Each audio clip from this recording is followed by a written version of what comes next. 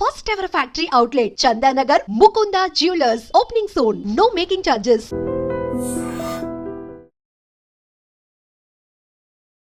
Hi hello నమస్తే welcome back to iDream media. ఈరోజు మనతో ఉన్నారు సీనియర్ ఫైనాన్షియల్ ప్రొఫెషనల్ అయిన గిరిబాబు గారు. సో ఇండియాలో ముఖ్యంగా హైదరాబాద్లో ల్యాండ్ రేట్స్ రియల్ ఎస్టేట్ పరంగా ఎలా పెరుగుతున్నాయో తెలుసు. హైదరాబాద్లో ఒక ఫ్లాట్ కొనాలంటే దాదాపుగా మీరు అందరూ ఎక్స్పెక్ట్ చేసే ఉంటారు కోటిన్నర పైనే ఉన్నాయి. బట్ ఇలాంటి టైంలో ఫైనాన్షియల్ ప్లానింగ్ చేసుకునే వాళ్ళందరూ కూడా ఎమోషనల్గా వెళ్ళి ఇల్లు కొనుక్కోవడం ఎంతవరకు కరెక్ట్, లేదా హైదరాబాద్లో రెంట్ కొనడం కరెక్టా, ఏది బెస్టో చెప్పడానికి మనతో ఉన్నారు గిరిబాబు గారు. సార్తో మాట్లాడి తెలుసుకుందాం క్లియర్గా ఏంటి ఆన్సర్ అనేది. Hi sir. హలో, నమస్తే. Welcome to iDream media sir. Thank you అండి. So nice to have you here sir. So ఇంట్రోలో చెప్పిన విధంగా ఎమోషనల్ కోషెంట్ ఎక్కువ ఉన్న వాళ్ళందరూ కూడా సొంత ఇల్లు అనే దానికి చాలా రెస్పెక్ట్ ఇస్తారు. టు బీ ఫ్రాంక్ చెప్పాలంటే మనం సంపాదించేదే తినడానికి తిండి, ఉండడానికి చోటు, కొనుక్కోవడానికి అనేది చాలామంది ఫీల్ అవుతారు అన్నమాట. ట్రెడిషనల్ వెల్త్లో ఇల్లుని చాలామంది అసెట్గానే చూస్తారు. బట్ మీరు చెప్పండి, ఇల్లు కొనడం బెస్టా, రెంట్ కొనడం బెటరా హైదరాబాద్లో? థ్యాంక్ యూ అండి. సో మీరు అడిగింది చాలా రైట్ క్వశ్చన్.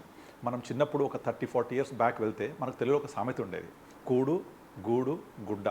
కూడు అంటే తినడం, గూడు అంటే ఇల్లు, గుడ్డ అంటే బట్టలు. ఇవి బేసిక్ నీడ్స్. ఈ బేసిక్ నీడ్స్లో మనకు తిండి బట్టలు ఎంత ఇంపార్టెంటో ఉండడానికి కూడు కూడా, అంటే ఇల్లు కూడా అంత ఇంపార్టెంట్. కనుక మన లైఫ్ స్టైల్లోనే ఇల్లు అనేది మమకమైపోయింది. మన క్వశ్చన్ ఏంటంటే, ఇప్పుడు ఈ ఇల్లు సొంత ఇల్లు ఉండాలా, రెంట్ ఇంట్లో ఉండాలా?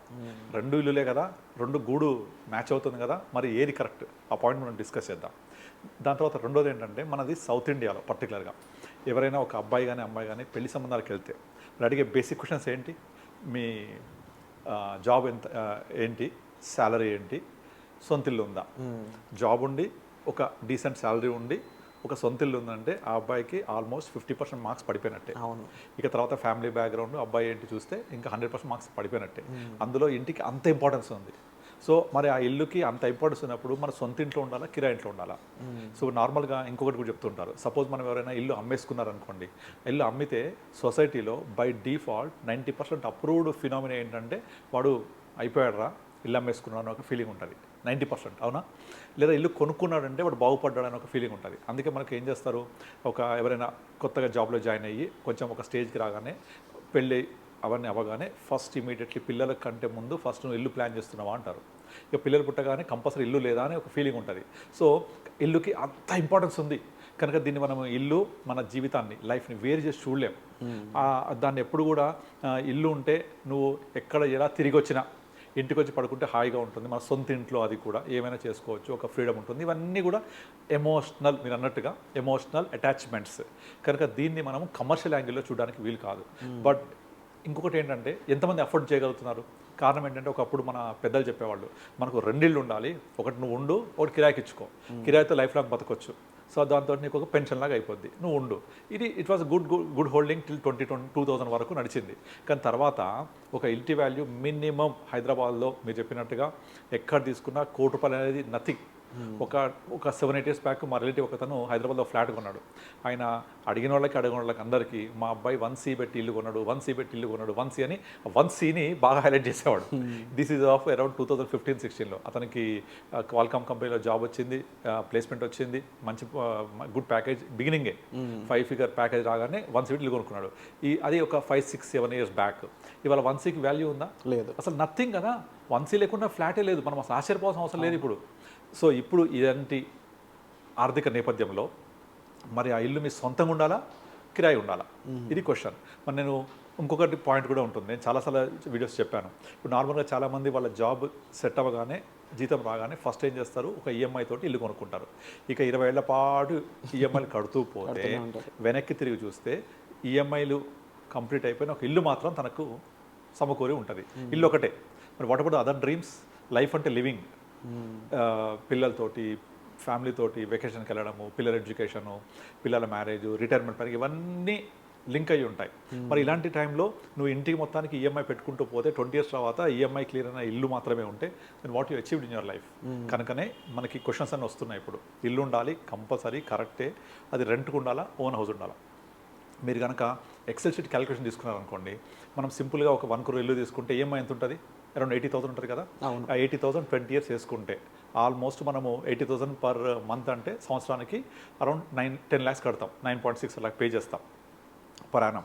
అలా మీరు 10 yearsకి 96 lakhs, 20 yearsకి రఫ్లీ 2 crores పే చేస్తాం. అంటే 1 crore లోన్ తీసుకున్నామంటే 2 crores పే చేస్తాం. ఆ 2 crores పే చేసిన తర్వాత ఇల్లు సొంతం అవుతుంది. మరి 20 years తర్వాత మన ఇంటి వాల్యూ ఎంత ఉంటుంది? అది 2 crores కంటే ఎక్కువ ఉంటుందా? ఉండొచ్చు, ఉండకపోవచ్చు. డిప్రిషియేట్ కూడా అవుతుంటుంది. బికాజ్ ఆ ఫ్లాట్ ఇల్లునే depreciate asset, land appreciate asset. So flat ఎప్పుడు డిప్రిషియేట్ అవుతుంటుంది. దాని లైఫ్ ఒక 50 years కంటే ఎక్కువ ఉండదు. కనుక 20 years తర్వాత మీరు 1 కోటి లోన్ తీసుకొని 2 కోట్లు కట్టి ఉంటారు ఈఎంఐ ద్వారా. మరి 2 కోట్ల ఇల్లు వాల్యూ పెరిగితే యాక్చువల్లీ యూ మేడ్ 0 రిటర్న్ కదా.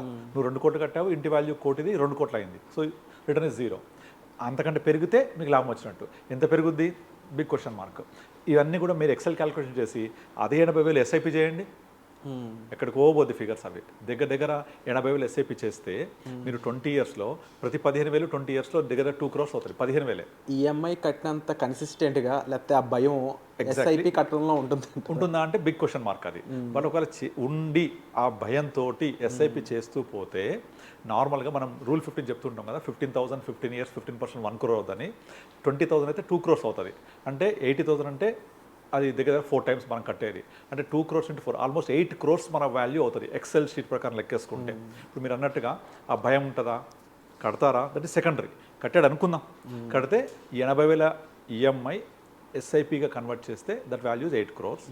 అదే 80,000 రూపాయలు ఈఎంఐ కడితే ద వాల్యూ ఇస్ 2 crores. ఆ 2 crores ఏంటి? మనం కట్టింది. ఇంటి వాల్యూ ఉంటుందా లేదా? సెకండరీ అది.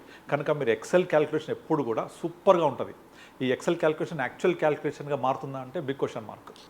మన క్వశ్చన్ కంటిన్యూ చేస్తే లైక్ మనం అద్దెంట్లో ఉండాలా లేకపోతే దాన్ని ఈఎంఐ కన్వర్ట్ చేయాలంటే ఈ నెంబర్స్ అన్ని ఎక్సెల్ షీట్లో వేస్తే చాలా డిఫరెంట్ ఉంటాయి. అందుకని అందరికీ నేను చెప్పేది ఏంటంటే ఇప్పుడు మీకు సపోజ్ మీ ఒక ఇన్కమ్ ఏదైతే ఉందో దాన్ని మొత్తాన్ని ఈఎంఐ కన్వర్ట్ చేయకుండా మీరు ఏం చేయండి అంటే టెన్యూర్ని పెంచుకోండి. ఒకవేళ ఇల్లు తీసుకొని సొంత ఇల్లు, అది సొంత ఇల్లు తీసుకొని టెన్యూర్ పెంచుకొని ఏదైతే డిఫరెన్స్ అమౌంట్ వస్తుందో, ఫర్ ఎగ్జాంపుల్ ఇప్పుడు ఇంతకుముందు చెప్పినట్టుగా 20 yearsకి 80,000 ఈఎంఐ ఉంది కదా, దాని టెన్యూర్ని పెంచండి 25 yearsకో 30 yearsకో. ఒక డౌట్ గిరిబాబు గారు, మాక్సిమం టెన్యూర్ ఎంత తీసుకోవచ్చు ఒక home? Depending on the age. 30 years ఉందనుకోండి, ఏజ్ 30 years ఉంటే ఇంకా 30 years కూడా లోన్ ఇస్తారు. అంటే బ్యాంక్ ఎలా చూస్తుందంటే 60 years రిటైర్మెంట్ పీరియడ్ కదా, అక్కడ వరకు లోన్ ఇస్తాయి. కనుక మీరు ఒక 20 years బదులు 25-30 years తీసుకొని మీ ఈఎంఐని రెడ్యూస్ చేసుకోండి. రెడ్యూస్ చేసుకొని డిఫరెన్స్ అమౌంట్ ఏదైతే ఉందో దాన్ని ఎస్ఐపి చేయండి. ఎస్ఐపి చేస్తే ఆ ఎస్ఐపి అనేది మీకు పెరిగి కాంపౌండ్ అయ్యి at the rate of 12 to 15% generate చేస్తే ఒక 10 years తర్వాత మీకు ఎంతైతే అవుట్స్టాండింగ్ ఉంటుందో ఆ అవుట్స్టాండింగ్కి ప్యారలల్గా అంతే అమౌంట్ మీకు ఎస్ఐపిలో జమ అయి ఉంటుంది ఆల్రెడీ. ఇప్పుడు మీరు నార్మల్గా 80,000 కట్టే కెపాసిటీ ఉండి 20 years కట్టే బదులు మీరు 80ని 60 చేయండి. అంటే ఇంక్రీజ్ చేయండి టెన్యూర్ని. 60 చేసి రిమైనింగ్ 20,000 ఎస్ఐపి చేయండి. 20,000 ఎస్ఐపి 10 years పాటు కంటిన్యూ చేస్తే అది మినిమం 50 lakhs ప్లస్ ఉంటుంది, 50-60 lakhs. 10 years తర్వాత మీ 1 crore ఎంత అవుతుంది అవుట్స్టాండింగ్ తగ్గి మనం పే చేస్తాం కదా, 80 or 70 వస్తుంది. అందులోకి వెళ్ళి 50 lakhs తీసి పే చేసేయండి. సో 10 years తర్వాత తిరిగిపోతుంది కదా, మొత్తం అది లోన్ క్లియర్ అయిపోతుంది. 10 years తర్వాత మనకు ఇంకా ఈఎంఐ కడుతున్నా అనుకుని దాన్ని ఎస్ఐపి చేసుకోండి. సో ఇక్కడ నా మెయిన్ కన్సర్న్ ఏంటంటే ఇల్లు అనేది కంపల్సరీ ఎమోషనల్ ఆబ్జెక్ట్. దాన్ని కంపల్సరీ ఫుల్ఫిల్ చేసుకోవాలి in the form of own house. అది రెంట్ కట్టుకుంటే ఓనర్కి కోపం వచ్చినా మనం వెళ్ళిపోవాలి, మనకు కోపం వచ్చినా మనం వెళ్ళిపోవాలి. సో అలా ఇల్లు పట్టుకొని తిరగాలి, నాకు ఒక సొంత ఎగ్జిస్టెన్స్ లేదు, ఈ భూమి మీద నాకుంటే ఒక ప్లేస్ లేదని చాలామంది ఫీలింగ్ ఉంటుంది. కాబట్టి ఎంత రియల్ ఎస్టేట్ డౌన్ ట్రెండ్లో కూడా అపార్ట్మెంట్స్ ఫ్లాట్స్ మాత్రం నడుస్తున్నాయి. అంటే కారణం కేవలం ఎమోషనల్ మాత్రమే. దీనికి హోమ్ లోన్ బెనిఫిట్ లేదు, నాకు అది పట్టించుకోవద్దు, నాకు వేరే ఇంకా బెనిఫిట్ లేదు, దీంతో హోమ్ లోన్ తీసుకుంటే నాకు ఇంకా వేరే లేదు, అన్ని లాక్ అవుతాయి. అయినా సరే హోమ్గా ఉన్న అటాచ్మెంట్ అది కూడా సొంతం అయ్యి ఉంటేనే ఇల్లుకు ఆ అటాచ్మెంట్ ఉంటుంది. కనుక దీన్ని ఎట్లా అచీవ్ చేయాలి? మీరు ఏదైతే ఈఎంఐ కట్టే కెపాసిటీ ఉందో దాంట్లో ఒక 3/4 ఈఎంఐ కట్టండి, ఒక 1/4 ఎస్ఐపి చేయండి. ఎట్ ఎ టైం సొంత ఇల్లు ఉంటుంది, ఇన్వెస్ట్మెంట్ కూడా జరుగుతుంది. జరిగిన ఇన్వెస్ట్మెంట్ 10 years తర్వాత గ్రో అవుతుంది కదా, తీసి ఈఎంఐ క్లియర్ చేసేయండి. Simple is that. నేను రీసెంట్గా 2-3 క్లయింట్స్కి వాళ్ళు సేమ్ ఇదే ఆబ్జెక్ట్ తోటి వచ్చినప్పుడు నేను వాళ్ళ ఫస్ట్ ఈఎంఐ మీరు స్టార్ట్ చేసుకొని మ్యాక్సిమం టెన్యూర్ని పెంచేసుకోండి.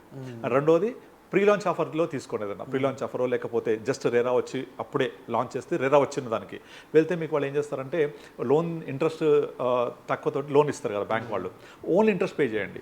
డిఫరెన్స్ అమౌంట్ ఏదైతుందో అది మీరు ఈఎంఐ చేస్తూ మీరు ఎస్ఐపి చేస్తూ పోండి. ఆ ఎస్ఐపి అమౌంట్ అంతా కూడా ఒక 7-8 years తర్వాత మంచి అమౌంట్ అక్యుములేట్ అవుతుంది. ఆ అక్యుములేట్ అయిన అమౌంట్ని తీసుకొచ్చి మీరు లోన్ మొత్తం క్లియర్ చేసేయండి, లేదా కంటిన్యూ చేయండి. అప్పుడు మీకు ఎస్ఐపి ద్వారా వెల్త్ క్రియేట్ అవుతుంది, లోన్ క్లియర్ అయ్యి మీ ఇల్లు సొంతం అవుతుంది. కనుక సొంత ఇల్లా లేకపోతే అద్దె ఇంట్లో ఉండాలా, ఈ రెండు కూడా ఫుల్ఫిల్ అవుతాయి. సొంత ఇల్లు ఉండడం ద్వారా ఎస్ఐపి ద్వారా మీరు ఆ అమౌంట్ పే చేయడానికి మీకు ఒక క్యాపబిలిటీ కూడా ఉంటుంది. ఇలా చేయడం వల్ల మీకు ఏమవుతుందంటే మీ అదర్ నీడ్స్ ఉంటాయి కదా, పిల్లల ఎడ్యుకేషన్, పిల్లల మ్యారేజ్, మీ వెకేషన్, అలాంటివి కూడా మనం ఫుల్ఫిల్ చేసుకోవచ్చు.